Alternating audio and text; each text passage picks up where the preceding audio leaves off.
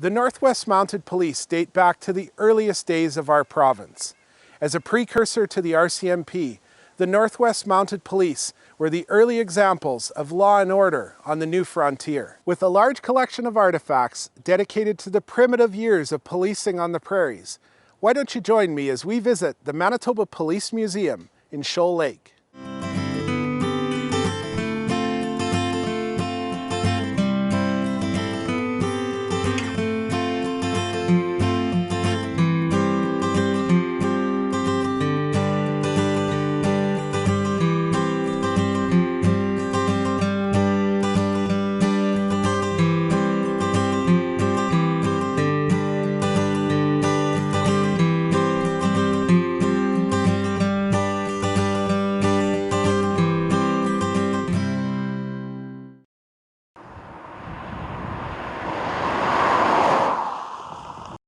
I'm on the road to learn more about the history of policing on the prairies. My journey today takes me to the town of Shoal Lake. Located northwest of the city of Brandon, Shoal Lake is home to one of the most popular fishing locales in all of Manitoba. Barb Pettinger and her colleagues at the Manitoba Police Museum have agreed to take me on a tour and share with me how the museum came to be.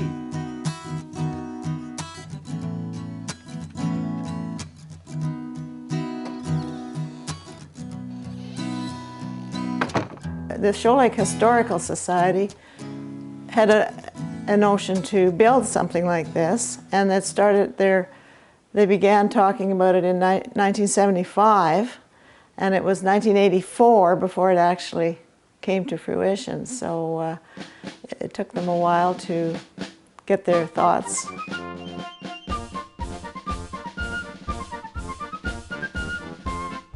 This building itself is a replica of the barracks that was built 4 miles south of here in 1875, and it was just after, a couple of years after the March West, when they were setting up posts, the Northwest Mounted Police were setting up posts from here to Alberta.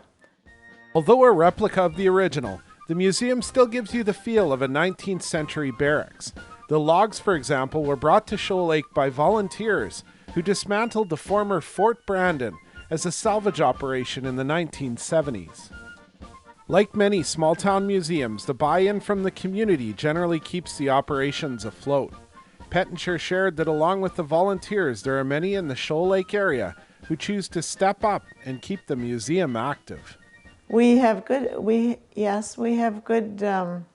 support from the town. We get funding from the municipality and Chamber of Commerce, and both Royal Bank and the credit union give us funding, and we get some donations from local people, but not in big amounts, but I think people support us pretty well. Where do you hope to see it go in the future? The future I'm not so sure about. It is an older building. The logs are much older than the building itself, and we've had some fairly major repairs to do, but we're hoping to keep it going for at least another 20 years. We'll see how that goes, I guess. The vast collection at the museum includes authentic sidearms and documents, as well as many items of clothing worn by Northwest Mounted Police members on their march west across the prairies.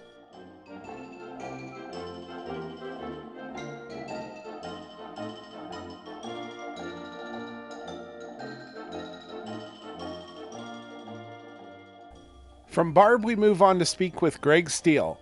A well-known face in the historical reenactment community, Steele makes the trek from Brandon to volunteer at the museum.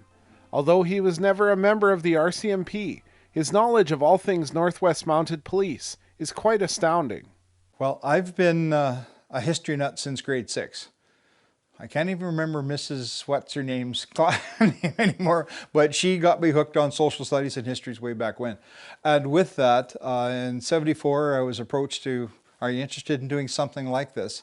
And by '75, I was volunteering up here, and I've been doing so, making presentations on my own as part of this organization many times. It's really gratifying. I've gone in and I've had school kids that are literally hanging on every word. And I'll say, oh, and these are cartridges that were made for the Mounties over 100 years ago. And a little rascal in the back row goes, cool. And I got them, you know. But we don't have to take a back seat to anybody. Our Canadian history is just as amazing as anything else. We've got all kinds of our own heroes. My surname is Steele. I'm still shaking the family tree to see if I'm related to Sir Sam. Thus far, my great-grandfather and Sam Steele might have met at the local post office near Orillia, Ontario, but that's all I got.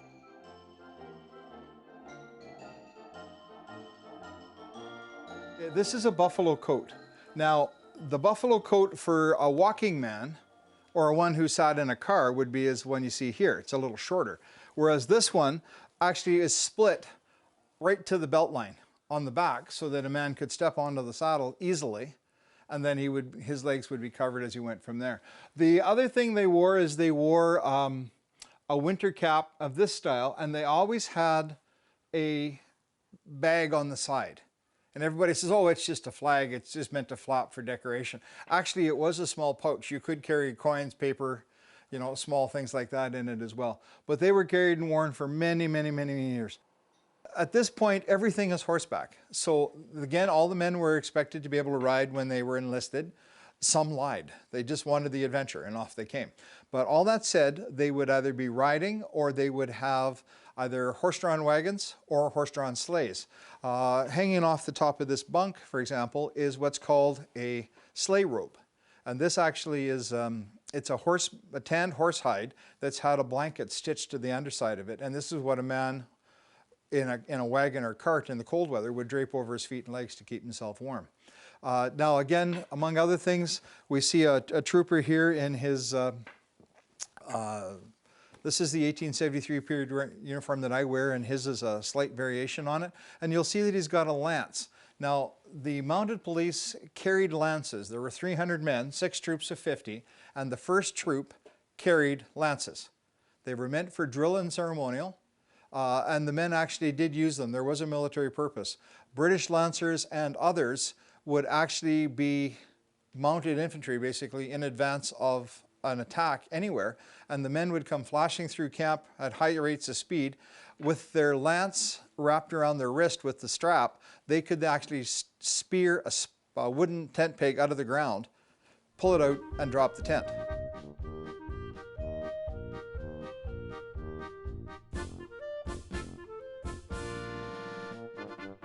Well, I can guarantee you they weren't going to tear those motorhomes up and bring them here. That was not going to happen. You know. A retired veteran of 34 years with the Royal Canadian Mounted Police, Helmut Neufeld of Shoal Lake still volunteers his time to tell the stories of the brave men and women who donned the fabled Red Serge. Well, I started with the force in 1976. Went into training on January the 12th and graduated on July the 12th of 1976 and was posted to Swan River. From Swan River I went to Ashern, and then I went down to Morden. Then I went up to Churchill, and then I went back down to Amaranth, and I finished off at Shoal Lake. I came here in 2002 and retired here in 2010. And during that time period, of course, I got involved with the museum because it's an RCMP museum. I'm interested in RCMP history and the development of the force over the years.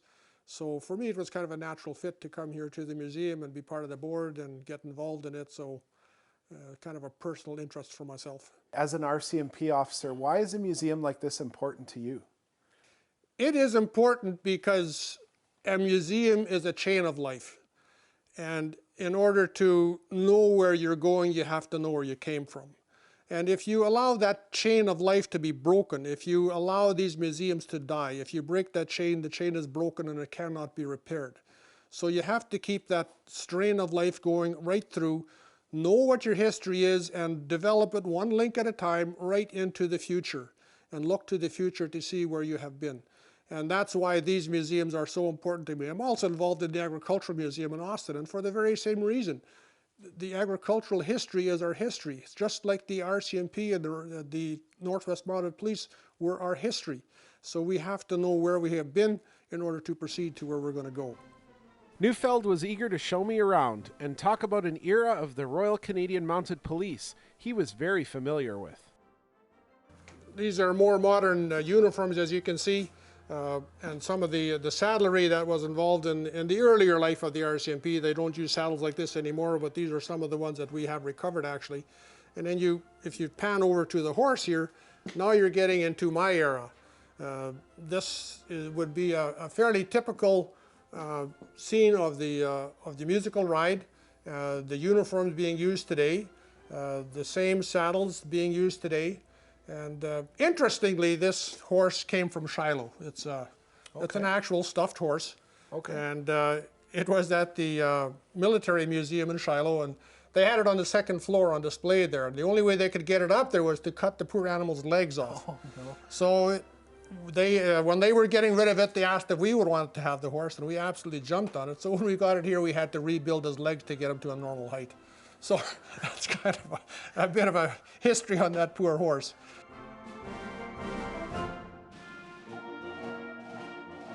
I notice you have a setup here of obviously our RCMP transportation, but especially work in the north. How does it maybe differ for an RCMP officer working in the north, and why focus on this in the museum? Well, the northern policing has always been in our history. I mean, we have, when I went to Churchill, I realized that Churchill was the hub for northern transportation. The RCMP delivered out of Churchill by snowmobile like this, dog food, medicine, food for humans, and mail by snowmobile to outlying posts. So these old machines were the icons that were the transportation after the dogs. They did it to begin with dogs, and then they moved to these machines and continued doing that for many years into modern history. And as a matter of fact, when I was in Churchill, we went by snowmobile from Churchill to Arviat across the Hudson's Bay, and we took along dog food, mail, and medicine to deliver to Arviat to relive 100 years of history. And it was just a great thing to do at the time. And so this display here is a very valid display of what Northern life was all about. Helmut tells a familiar tale when it comes to why he remains involved.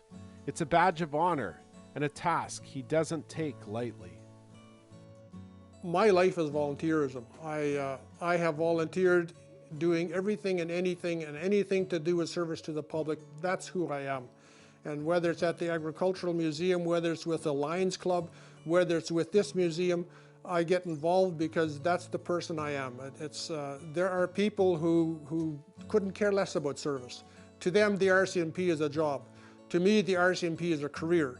And this museum is a part of that career. And to let people know that we exist, that this museum exists, that we have been here for over 100 years, that is very important to me.